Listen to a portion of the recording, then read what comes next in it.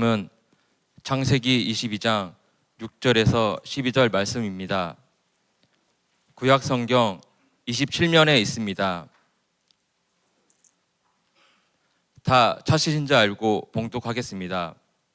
아브라함이 이에 번제나무를 가져다가 그의 아들 이삭에게 지우고 자기는 불과 칼을 손에 들고 두 사람이 동행하더니 이삭이 그 아버지 아브라함에게 말하여 이르되 내 아버지여 하니 그가 이르되 내 아들아 내가 여기 있노라.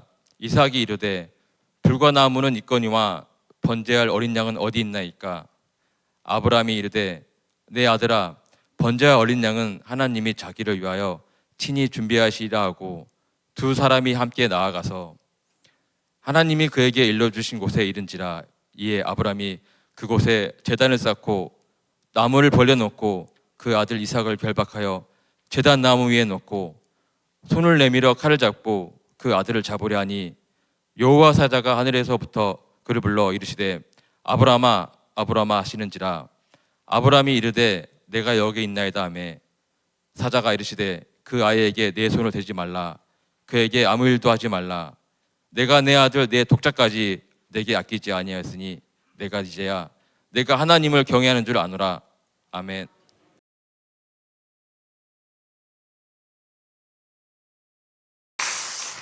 사람은 성공하면 행복할 것이다 생각합니다. 그리고 돈이 많게 되어지면 가정도 자연히 행복할 것이다 라고 믿습니다. 그러나 현실은 그렇지 않습니다.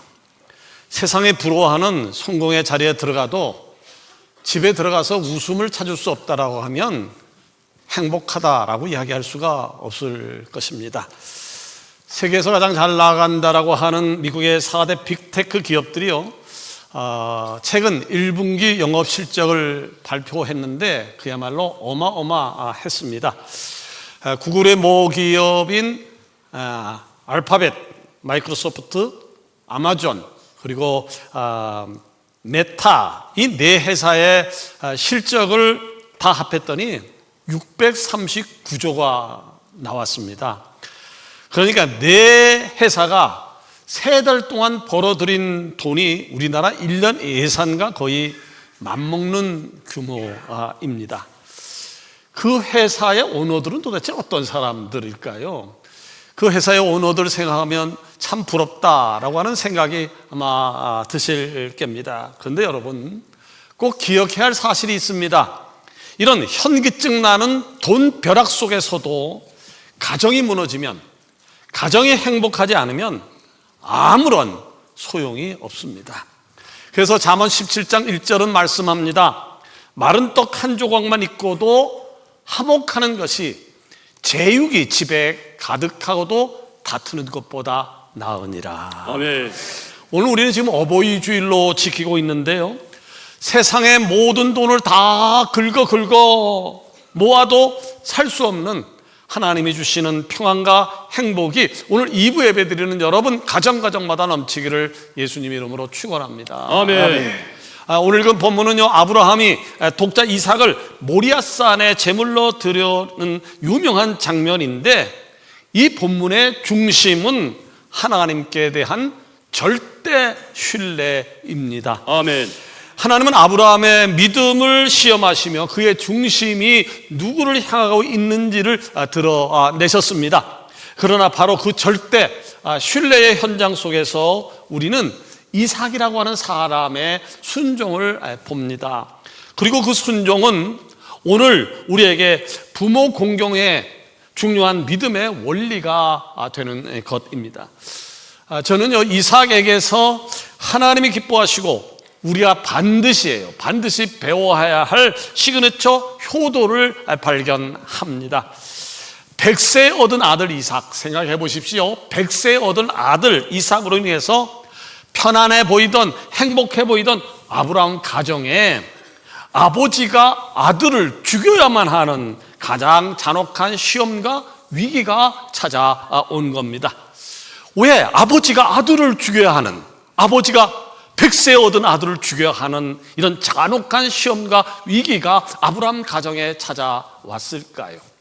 첫 번째 이유는 하나님은 아브라함의 중심을 시험하셨습니다. 아멘. 하나님은 아브라함에게 말씀하십니다. 창세기 22장 2절입니다. 여호와께서 이르시되 내 아들 내 사랑하는 독자 이삭을 데리고 모리아 땅으로 가서 내가 내게 일러준 한 산 거기서 그를 번제로 드리라.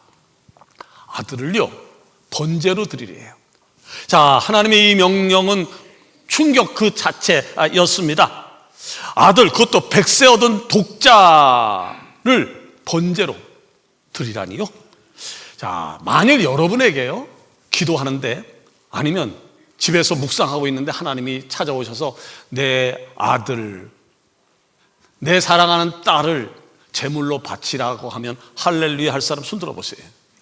아마 그런 사람은 한 분도 안 계실 겁니다. 굉장히 어려운 겁니다. 자, 그 당시 많은 이방 민족들은요 동물을 제물로 쓰는 것보다는 산 사람을 제물로 쓰는 것이 최고의 제사라고 여겼고 수시로 자기 자녀를 죽여서 인신 제사를 드리곤 했었습니다.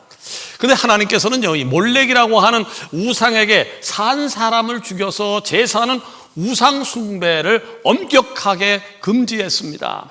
레위기서 18장 21절에 보니까요 너는 결단코 자녀를 몰렉에게 주어 불로 통과하게 함으로 내 하나님의 이름을 욕되게 하지 말라. 나는 여호와니라. 아멘.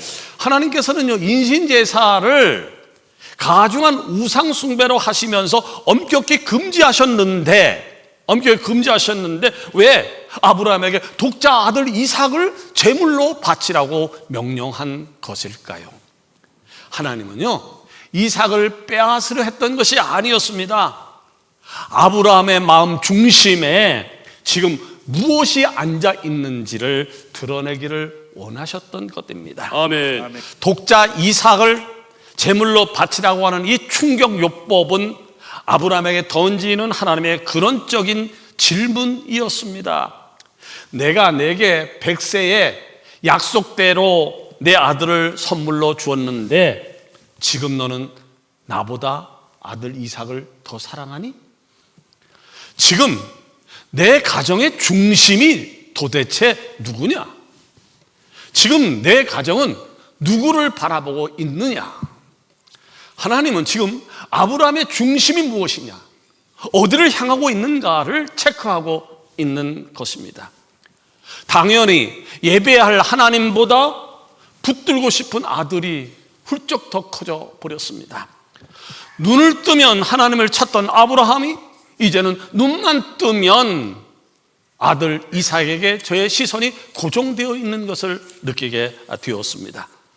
사랑과 열정이 하나님에게서 아들로 이동이 되어진 것입니다. 위기입니다. 위기가 아브라함 가정에 찾아온 것입니다. 여러분, 가정의 중심은요, 내 가정의 중심은요 그 어떤 경우에도 하나님이 되어야 할 줄로 믿습니다. 아멘. 아멘. 예배가 중심이어야 되고요, 아멘. 말씀이 중심이어야 되고요, 찬송이 중심이어야 되고요, 하나님 앞에 헌신하는 것이 중심이어야 합니다. 아멘. 이 중심이 다른 곳으로 이동되는 순간, 이 중심이 다른 곳으로 이동되는 순간 시험이 찾아오게 될 것이고요, 여러분의 자녀들은 교회와 점점점 멀리 떨어지게 되어질 것입니다. 혹시 오늘 예배드리는 여러분 가정처럼, 여러분이 아브라함 가정처럼 감당하기 힘든 어려운 시험과 위기가 있는 가정이 있습니까? 왜 우리 가정이 이렇게 되었지? 잘못이 어디로 출발되어지는 건지를 깨닫는, 그리고 무엇을 회복해야 하는 것인지를 생각하는 귀한 시간이 되기를 원합니다. 아멘. 두 번째로 이삭은 무거운 짐으로 효도를 실천했습니다. 아멘. 자, 아버지가 아들을 죽여요. 아버지가 아들을 죽여 제사를 드리라고 하는 하나님의 명령에 아브라함이 어떻게 반응했나요? 아들 이삭을 데리고 두 종을 데리고 지금 모리아산으로 향하고 있습니다. 본문 6절은 이렇게 보도를 합니다. 아브라함이 이에 번제나무를 가져다가 그의 아들 이삭에게 지우고 자기는 불과 칼을 손에 들고 두 사람이 동행하더니, 자, 상식적으로 생각해 보면요 얼마나 귀괴하고 섬뜩한 장면인지 모르겠습니다. 아들 이삭은요 자기 몸에 지금 자기를 불태울 나무를 쥐고 있어요. 자기를 죽일 나무를 지고 있고, 아버지 아브라함은요 이 아들을 불태울 불과 그리고 내려칠 칼을 갖고 지금 모리아상으로 가고 있습니다. 이때 이삭의 나이를 유추해보게 되어지면 번제에 사용할 장작 너미를 지고 가는 것으로 보아서 혈기왕성한 청년이었을 것이라는 짐작이 되어집니다. 그렇다면 아브라함은 아마 100세 아들 이삭을 얻었으니까 120세는 훌쩍 넘은 나이였을 것입니다. 자, 침묵 속에 가파른 산길을 오르는 아브라함과 그 아들 이삭의 발걸음 소리만 정적을 깨우고 있습니다. 나무를 지고 오르는 이삭의 거친 숨소리 사이로 아들을 죽여야만 하는 아버지의 짓눌린 한숨이 섞여 있습니다. 그 숨소리와 그리고 한숨이 뒤섞인 모리아의 산길은 그야말로 눈물 없이는 오를 수 없는 길이 되고야 말았습니다. 여기서 우리는 아주 중요한 질문 하나 던질 수 있습니다. 과연 이삭이 번제에 드릴 제물이 자신이라고 하는 것을 알고 있었을까? 몰랐을까? 힌트가 7절에 나와 있습니다. 이삭이 그 아버지 아브라함에게 말하여 이르되 내 아버지 하니 그가 이르되 내 아들아 내가 여기 있노라. 이삭이 이르되 불과 나무는 있거니와 번제할 어린 양은 어디 있나이까? 지금 이삭은요 한두 살 먹은 어린 아이가 아닙니다. 혈기왕성한 청년이라고 그랬습니다. 충분히 사리분별을 했고 상황이 어떻게 돌아가고 있는지를 다 알고 있었다라고 하는 말이 되어집니다. 이삭은요 믿음의 가정에서 태어났고 자랐기 때문에 번제가 무엇인지 어떻게 드리는 것인지를 누구보다도 잘 알고 있었습니다. 그래서 불가나무는 분명히 있는데 어린 양은 어디 있느냐는 아버지를 향한 이삭의 질문 속에는요 앞으로 진행되어질 자기의 운명이 어떤 건지를 이미 알고 있었다라고 하는 말이 되어집니다.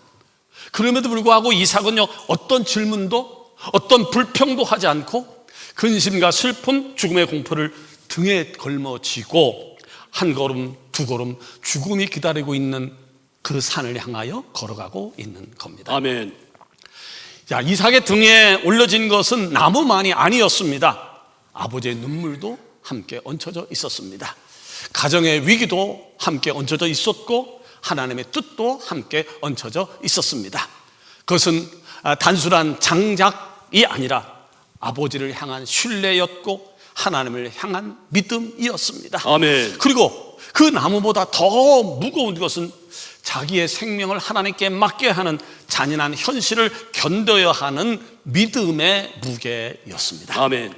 만약 이런 생각 안 해보셨나요? 이삭이 그 죽음의 무게가 너무 무거워서 늙은 아버지를 밀쳐내고 산 아래로 뛰어나갔더라고 하면 어떤 일이 벌어졌을까요? 아마 그렇다라고 하면 아브라함의 믿음도 거기서 멈췄을 것이고 그리고 믿음의 계보도 끊어졌을 것입니다. 그러나 이삭은 그러지 않았어요. 그 무거운 짐을 졌어요. 그 순종으로 아버지를 살렸고 가정을 살렸고 믿음의 역사를 이어갔습니다. 아멘. 여러분, 오늘 어버이 주일로 우리가 지키고 있습니다마는 자식이 부모에게 하는 진정한 효도, 자식이 부모에게 하는 진정한 효도는 무엇일까요? 효도는 부모를 편안하게 해드리는 것 맞아요. 부모를 편안하게 해드리는 것만이 아니라 효도는 부모의 무거운 짐을 함께 지는 거예요. 아멘. 부모의 무거운 짐을 함께 지는 거예요. 부모님의 병한, 경제적인 아픔, 외로움, 삶의 무게 이런 것을 함께 나누는 것, 이것이 하나님이 기뻐하시는 참 효도라고 하는 말입니다. 아멘. 갈라디아서 6장 2절은 말씀하고 있습니다. 너희가 짐을 서로 지라 그리하여 그리스도의 법을 성취하라. 아멘. 사람은 짐을 진다고 하는 것이 이게 쉽지 않아요. 내 짐을 지기도 어려운데 남의 짐까지 지라나요. 그러나 이삭처럼 가정의 가장 무거운 짐을 자원하는 마음으로 지는 자녀, 그 짐을 외면하지 않고 내 몫으로 받아들이는 자녀, 하나님은 그런 자녀를 기뻐하시고 축복하실 줄로 믿습니다. 아멘. 여러분 생각해 보시자고, 오늘 여러분 가정의 짐이라고 하는 것은 무엇입니까? 그 짐을 왜 우리 집만은 이 모양이야? 그 짐을 비난하거나 외면하지 마십시오. 그리고 내가 져야 할 한 몫의 짐, 내가 져야 할 한 몫의 짐이라고 여기면서 묵묵하게 산을 오르는 자녀가 될 때 하나님은 그 순종의 끝에서 여호와 이레의 순양을 예비하실 줄로 믿습니다. 아멘. 세 번째로 절체절명의 가정 위기 속에서 이삭은 순종함으로 시그니처 효도를 완성했습니다. 아멘. 자, 아버지가 하나밖에 없는 자기 아들을 자기 손으로 죽여야 하는 감당하기 어려운 가정의 위기가 마침내 최고조에 다다르게 되었습니다. 본문 9절에 보니까요, 하나님이 그에게 일러주신 곳에 이른지라 이에 아브라함이 그곳에 제단을 쌓고 나무를 버려놓고 그의 아들 이삭을 결박하여 제단 나무 위에 놓고. 상식적으로 120살이 넘은 아브라함이 무슨 힘으로 건장한 청년 아들 이삭을 묶어서 번제단 위에 올려놓을 수 있었겠습니까? 이삭은 강압에 의해서, 아버지의 강압에 의해서 묶인 것이 아니라 아버지의 믿음을 신뢰했기 때문에 스스로를 내어드린 겁니다. 아멘. 아멘. 이삭은 아버지를 믿었습니다. 그리고 더 깊이 말하면 아버지가 믿는 하나님을 믿었습니다. 아멘. 그렇기 때문에 자기 눈앞의 현실은 이해되지 않아요. 아니, 아버지가 나를 죽인다니. 현실은 이해되지 않아도 그럼에도 불구하고 도망가지 않았습니다. 반항하지 않았습니다. 그냥 자기 자신을 맡겼던 것입니다. 이것이 바로 예수 그리스도의 십자가 순종을 예표하는 이삭의 시그니처 효도입니다. 아멘. 이삭은 죽음의 산으로 올라갔고 예수님은 십자가의 언덕으로 올라가셨습니다. 이삭은 살아 돌아왔지만 예수님은 죽으시고 부활하심으로 우리를 살리셨습니다. 아멘. 이삭의 순종은 단지 아들의 효도가 아니라 장차 우리를 위해 자신을 내어주실 예수 그리스도의 순종을 미리 보여주는 믿음의 그림이었습니다. 아멘. 이삭은 아버지를 향해서 아버지, 왜 나를 죽이려 하십니까? 그렇게 그리던 아들이 난데 어떻게 아버지가 나를 죽이려 하십니까? 따지지 않았어요. 소리 한번 지르지 않았어요. 반항하지 않았어요. 연로한 아버지가 부들부들 떨리는 손으로 자신을 묶을 때 자신을 그냥 가만히 내버려 두었습니다. 아멘. 마치 십자가에서 고통당하시는 예수님의 모습을 보는 것 같습니다. 이사야서 53장 7절은 이렇게 말씀하고 있습니다. 그가 곤욕을 당하여 괴로울 때도 그의 입을 열지 아니하였으며 마치 도수장으로 끌려가는 어린 양과 털 꺾는 자 앞에서 잠잠한 양같이 그의 입을 열지 아니하였도다. 아멘. 드디어 잔인한 운명의 마지막 순간이 찾아왔습니다. 아브라함이 시퍼런 칼로 아들의 가슴을 내려치는 순간 아마 아브라함의 손은 사시나무처럼 벌벌벌벌 떨었을 것입니다. 그때 위대한 반전이 나타납니다. 본문 11절에 보니까 여호와의 사자가 하늘에서부터 그를 불러 이르시되 아브라함아 아브라함아 하시는지라. 아브라함이 이르되 내가 여기 있나이다. 아멘. 하늘의 음성이 들렸어요. 칼을 내려치는 순간 아브라함아 아브라함아. 공중에서 울리는 이 다급한 음성은 새로운 구원의 역사가 시작된다는 하나님의 개입이었습니다. 아멘. 12절에 보니까 사자가 이르되 그 아이에게 내 손을 대지 말라. 그에게 아무 일도 하지 말라. 내가 내 아들 내 독자까지라도 내게 아끼지 아니하였으니 내가 이제야 내가 하나님을 경외하는 줄을 아노라. 아멘. 할렐루야. 이제 되었습니다. 이제 무난히 시험에 통과가 되어진 겁니다. 이제 가정에 닥쳤던 잔인한 시험과 위기가 지나간 것입니다. 아멘. 이로 인해서 아브람도 살았습니다. 이삭도 살았습니다. 그의 가정도 살았습니다. 후대가 사는 역사가 일어나게 되었습니다. 아멘. 바로 이 자리에서 아브라함과 이삭은 위대한 구원 역사를 이끌어내는 진정한 믿음의 조상으로 다시 태어난 것입니다. 아멘. 어떻게 해서 이런 일이 벌어졌다고요? 바로 순종함. 아멘. 아멘. 다른 것이 아니라 순종으로 말미암아. 순종으로 많은 분들이 그렇게 이야기를 해요. 이렇게 힘든 결단을 했던 아브라함 참 대단한 사람이다. 어떻게 아들 이삭을 하나님이 죽이라고 하니까 죽일 수 있을까? 참 대단한 믿음이다. 부럽다. 그런데 아브라함만 그런 대단한 믿음을 갖고 있나요? 이삭 역시 아브라함과 비할 만해야 합니다. 아버지가 집을 나서자고 할 때 아무 얘기도 하지 않고 아버지를 따라 나섰고요.